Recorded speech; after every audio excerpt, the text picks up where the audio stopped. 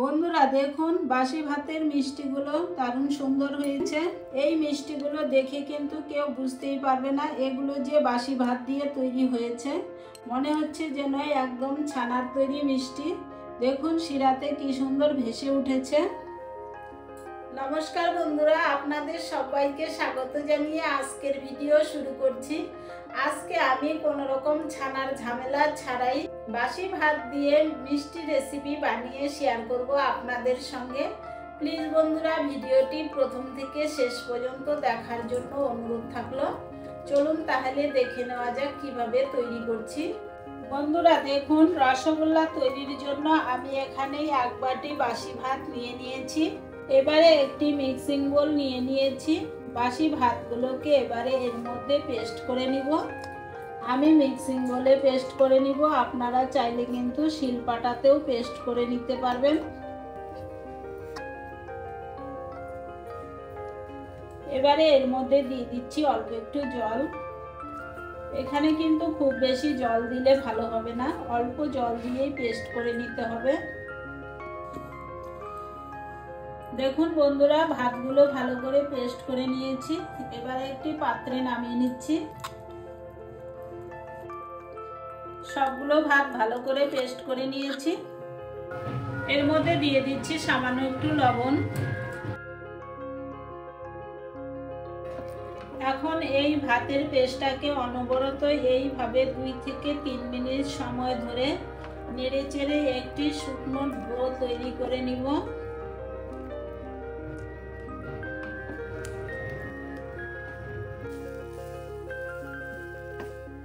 দেখুন বন্ধুরা 2-3 মিনিট সময় ধরে নেড়ে চেড়ে একটি ডো তৈরি করে নিয়েছি।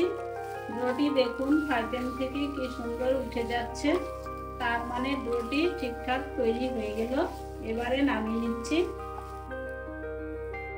এবারে ডোটিকে কিছুক্ষণ ঠান্ডা করে নিব। এবারে শিরা তৈরি করার জন্য একটি কড়াই বসিয়ে দিয়েছি। এর মধ্যে দিয়ে দিচ্ছি 1 বাটি চিনি। একই বাটির মাপ করে এখানে দিয়ে দিচ্ছি 2 বাটি জল। এবারে চিনিটাকে ভালো করে নেড়ে চেড়ে জলের সঙ্গে মিশিয়ে দিচ্ছি। এর মধ্যে দিয়ে দিচ্ছি 3টি এলাচ ফাটিয়ে। এলাচটা দিলে শিরার ফ্লেভারটা ভালো হবে। আমি এই শিরাটাকে 2 থেকে 3 মিনিট সময় ধরে জাল করে নিব। খুব বেশি আঠালো শিরা তৈরি করতে হবে না, একটি পাতলা শিরা তৈরি করে নিলেই হবে। বন্ধুরা ডোটিকে কিছুক্ষণ সময় ধরে ঠান্ডা করে নিয়েছি। এবারে এর মধ্যে দিয়ে দিচ্ছি 1 চামচ পরিমাণ ময়দা, 1/2 বাটি গুঁড়া দুধ। এবারে সবগুলো একসঙ্গে ভালো করে মেখে নিচ্ছি। বেশ কিছুক্ষণ সময় ধরে মেখে একটি ডো তৈরি করে নিব।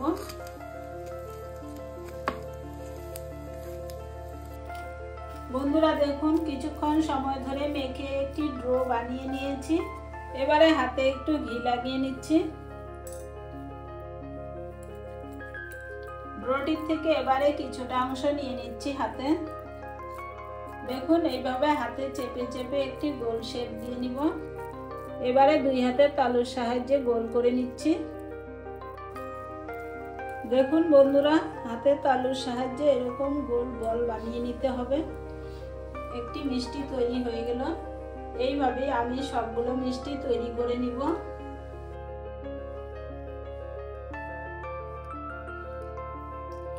দেখুন বন্ধুরা সবগুলো মিষ্টি এক এক করে বানিয়ে নিয়েছি। মিষ্টিগুলো কিন্তু মসৃণ করে বানাতে হবে।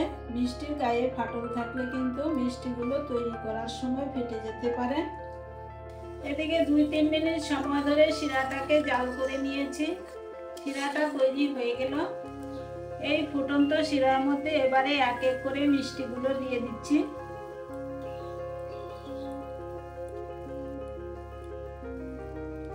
সবগুলো মিষ্টি দিয়ে দিয়েছি। এবারে 5 মিনিট চাপা দিয়ে সিদ্ধ করে নিব।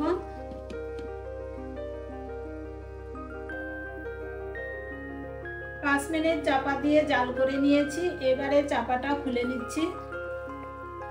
দেখুন বন্ধুরা মিষ্টিগুলো ফুলে ফুলে উঠেছে। এবারে কড়াইটা ধরে একটু ডুবিয়ে দিচ্ছি। আবারও কিছুক্ষণ জাল করে নিব মিষ্টিগুলোকে।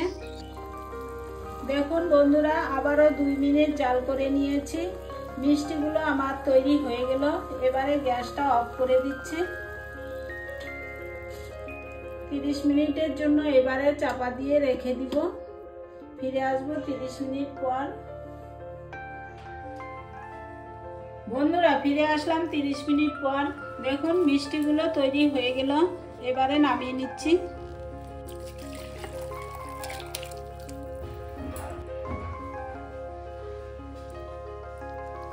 বন্ধুরা দেখুন বাসি ভাতের মিষ্টিগুলো দারুণ সুন্দর হয়েছে। আপনারাও এইভাবে বাসি ভাতের মিষ্টি ঘরে ট্রাই করবেন। এই মিষ্টিগুলো দেখে কিন্তু কেউ বুঝতেই পারবে না এগুলো যে বাসি ভাত দিয়ে তৈরি হয়েছে। মনে হচ্ছে যেন একদম ছানার তৈরি মিষ্টি। দেখুন শিরাতে কি সুন্দর ভেসে উঠেছে। এবারে একটি মিষ্টি কেটে দেখাচ্ছি আপনাদের।